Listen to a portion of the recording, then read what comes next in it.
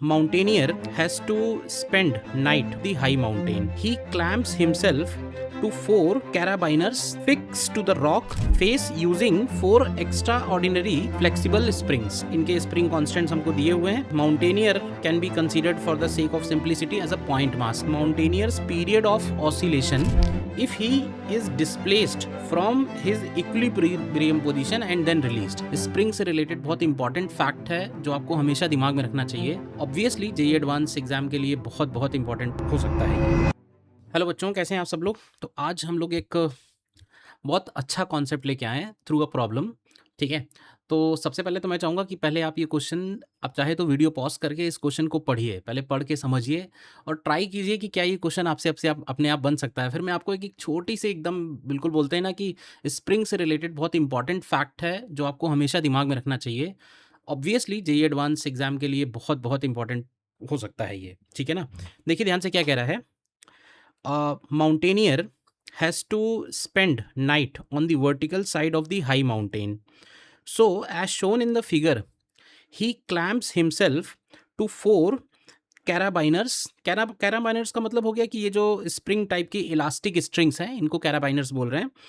Fixed to the rock face using 4 extraordinary flexible springs. ठीक है ना. तो मतलब इनको स्प्रिंग्स बोल रहा है और वो उस कनेक्टर के लिए बोल रहा है कि उस कनेक्टर से उसको हमने कनेक्ट कर रखा है.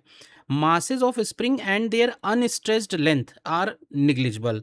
तो इस लाइन को हम लोग जरा अंडरलाइन करेंगे कि masses of spring and their unstressed length are negligible. Their spring constant, इनके स्प्रिंग कांस्टेंट्स हमको दिए हुए हैं.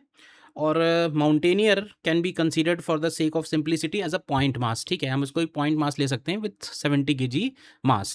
तो हमसे पूछा हुआ है what is the mountaineers period of oscillation if he is displaced from his equilibrium position and then released. मतलब ये सिंपली आप ऐसे समझो कि 4 स्प्रिंग्स का सेटअप है और अगर ये बॉडी इक्विलिब्रियम से स्लाइटली डिस्प्लेस होती है तो इसका हमको टाइम पीरियड ऑफ ऑसिलेशन निकालना है.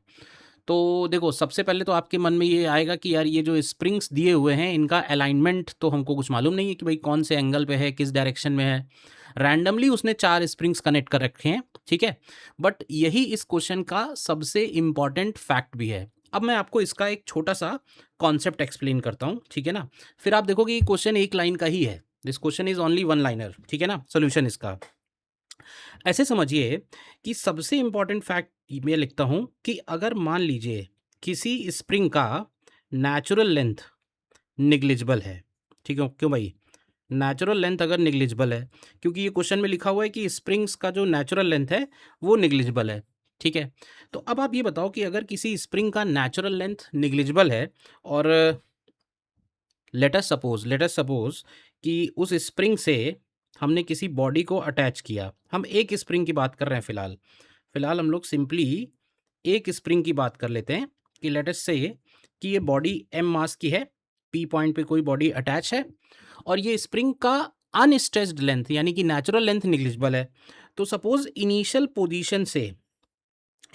पोजीशन से अगर इस पार्टिकल का, इस पॉइंट का पोजीशन हम लोग ले लेते हैं लेट से आर वेक्टर. ध्यान से देखना. और इस स्प्रिंग कांस्टेंट अगर के है और आपसे पूछा जाए कि भाई इसके ऊपर फोर्स किधर लगेगा, इस स्प्रिंग की वजह से इस पॉइंट पे फोर्स किधर लगेगा, तो मुझे लगता है कि आप आसानी से बता सकते हो कि सर इसका फोर्स जो है वो इस डायरेक्शन में आएगा. किधर की तरफ, टूवर्ड्स भाई स्प्रिंग का, जो स्प्रिंग का अलाइनमेंट है उसी तरफ आएगा. तो ये जो फोर्स इसके ऊपर लगने वाला है, क्या ये फोर्स की वैल्यू माइनस ऑफ के इंटू आर लिख सकते हैं? ये बताइए, सबसे इंपॉर्टेंट पॉइंट ये है, क्या हम ऐसा कर सकते हैं? ठीक है, बहुत बढ़िया. अब जरा ध्यान से ये बताइएगा, इसी सिचुएशन को अब हम क्या करने वाले हैं, ध्यान से देखना. अगर हम इस पार्टिकल को इसकी इनिशियल पोजीशन से स्लाइटली डिस्प्लेस करते हैं, कहाँ डिस्प्लेस कर रहे हैं कोई मतलब नहीं, कोई भी एक जनरल डायरेक्शन में. तो लेट अस सपोज हमने इसको डेल्टा आर वेक्टर से डिस्प्लेस किया. अब आप कह सकते हो कि सर डेल्टा आर वेक्टर से डिस्प्लेस करेंगे तो इस पार्टिकल की जो नई पोजीशन होगी क्या वो इस पॉइंट पे आ जाएगा? अब इस पार्टिकल की नई पोजीशन ये हो जाएगी, क्यों भाई? और अब इस पार्टिकल पे नया फोर्स कितना लगेगा, नया फोर्स, तो ऐसे बोल सकते हैं क्या जो नया फोर्स लगेगा वो इस डायरेक्शन में होगा. इस नए फोर्स की वैल्यू अगर हमें निकालनी हो, नए फोर्स की वैल्यू, तो क्या ये नए फोर्स की वैल्यू क्या इसके नए लेंथ पे डिपेंड करेगी? इनफैक्ट नए लेंथ के वेक्टर पे डिपेंड करेगी, प्रिसाइजली बोला जाए। तो अब आप बताओ, ट्राइंगल लॉ ऑफ एडिशन से देखो ध्यान से, ट्राइंगल लॉ ऑफ एडिशन लग रहा है, नया जो पोजीशन है पॉइंट पी, वो अगर हम निकालें तो क्या ये R vector plus delta are vector लगेगा? R vector plus delta are vector. तो ये जो एफ डैश फोर्स हम लोग निकाल रहे हैं, क्या इस एफ डैश फोर्स की वैल्यू माइनस के टाइम्स क्या r vector plus delta are vector होगा? अब सिंपली अब आपको शायद लगने लगा होगा कि यार ये वाकई में क्वेश्चन बिल्कुल एक लाइन का ही है। कैसे एक लाइन का है? कि फाइनल फोर्स जो लग रहा है पोजीशन चेंज होने के बाद, ध्यान से समझिए, पोजीशन चेंज होने के बाद जो फोर्स लग रहा है और पोजीशन चेंज होने से पहले जो फोर्स लग रहा है, पोजीशन चेंज होने के पहले जो फोर्स लग रहा है सारे स्प्रिंग्स का, वो तो बैलेंस है, वो तो बैलेंस है। अगर मैं बात करूं आपसे कि भाई इस पे एडिशनल फोर्स कितना लगना शुरू हुआ, एडिशनल फोर्स, तो आप देखोगे इसके ऊपर जो एडिशनल फोर्स लगना शुरू हुआ वो सिंपली फाइनल फोर्स में से आप इनिशियल वाला फोर्स हटा सकते हो, और ये सीधे सीधे सब्ट्रैक्ट होके आप देखो क्या ये minus k times delta R vector आएगा। और यही इस क्वेश्चन की सबसे इंपॉर्टेंट खास बात है, मतलब हम पार्टिकल को कौन से डायरेक्शन में डिस्प्लेस कर रहे हैं, फोर्स हमेशा उसके अपोजिट डायरेक्शन में लग रहा है, यानी कि रीस्टोरिंग है। और हमको मालूम है सिंपल हार्मोनिक मोशन में यही तो बस रीस्टोरिंग फोर्स बन जाता है, और इसी से हम लोग एसएचएम का टाइम पीरियड निकाल लेते हैं। तो अगर आप देखो तो जिस डायरेक्शन में डिस्प्लेस कर रहे हैं, क्या ये डायरेक्शन इस बात पर डिपेंड कर रहा है कि ये स्प्रिंग पहले कौन से डायरेक्शन में था? नहीं कर रहा है डिपेंड, क्योंकि पहले जो फोर्सेज लग रहे हैं उसके ऊपर वो सारे के सारे एमजी बैलेंस कर रहे हैं। पहले जो भी फोर्सेस लग रहे थे, भाई अब इस पे वापस से आ जाओ, पहले ये इक्विलिब्रियम में था, यानी इसका mg कौन बैलेंस कर रहा था? भाई k1 बैलेंस कर रहा था, k2 बैलेंस कर रहा था, k3 बैलेंस कर रहा था, k4 बैलेंस कर रहा था।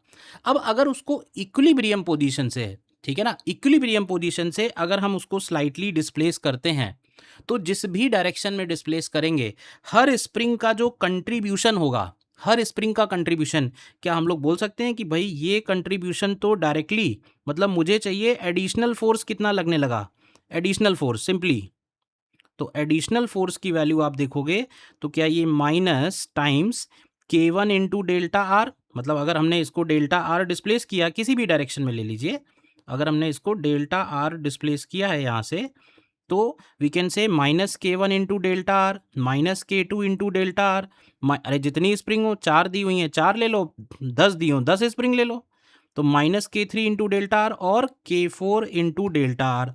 तो क्या हम लोग डायरेक्टली बोल सकते हैं कि भाई ये तो बिल्कुल ऐसे बन गया कि इन चारों स्प्रिंग्स का जो स्प्रिंग कांस्टेंट है, क्या वो सिंपली के वन प्लस के टू प्लस के थ्री प्लस के फोर बन गया? क्यों भाई? और this times delta R vector, तो ये हमारा आ गया सीधे सीधे के इक्विवेलेंट, और के इक्विवेलेंट आने के बाद टाइम पीरियड ऑफ ऑसिलेशन हमको अगर निकालना है, तो टाइम पीरियड ऑफ ऑसिलेशन हो जाएगा 2 pi under root m upon k. That's it, हो गया क्वेश्चन। मैंने आपसे बोला था कि ये क्वेश्चन एक लाइन का ही है, ठीक है ना। अब इस क्वेश्चन की सबसे बड़ी खास बात की अगर बात की जाए कि भाई इस क्वेश्चन की सबसे बड़ी खास बात क्या है, तो देखो सबसे बड़ी खास बात इस क्वेश्चन की यही थी कि ऐसा तभी होगा जब स्प्रिंग्स का जो नेचुरल लेंथ है वो जीरो हो। कई बार क्वेश्चन आपने देखा होगा कि स्प्रिंग्स का नेचुरल लेंथ जीरो दिया हुआ है और फिर हम उसको एक्सटेंड करके कुछ भी कैलकुलेट करते हैं, इक्विलिब्रियम पोजीशन कैलकुलेट करते हैं, टाइम पीरियड कैलकुलेट करते हैं, ठीक है ना। तो आई होप आपको ये छोटी सी बात ध्यान रहे, क्योंकि मुझे लगता है कि इसके ऊपर बहुत अच्छे अच्छे क्वेश्चंस बन सकते हैं, फ्रेम हो सकते हैं। इस बात का, इसके डिस्प्लेसमेंट किस डायरेक्शन में किया गया है और स्प्रिंग पहले कौन से डायरेक्शन में, इसका फर्क ही नहीं पड़ेगा। That's all. So I hope आपको ये वीडियो और ये इन्फॉर्मेशन खास तौर पे अच्छी लगी होगी। तो आप कमेंट जरूर करिए, और कमेंट करेंगे तो विल गेट मोटिवेटेड, तो आपके लिए और भी इस तरह के छोटे छोटे कॉन्सेप्ट्स लेके आएंगे।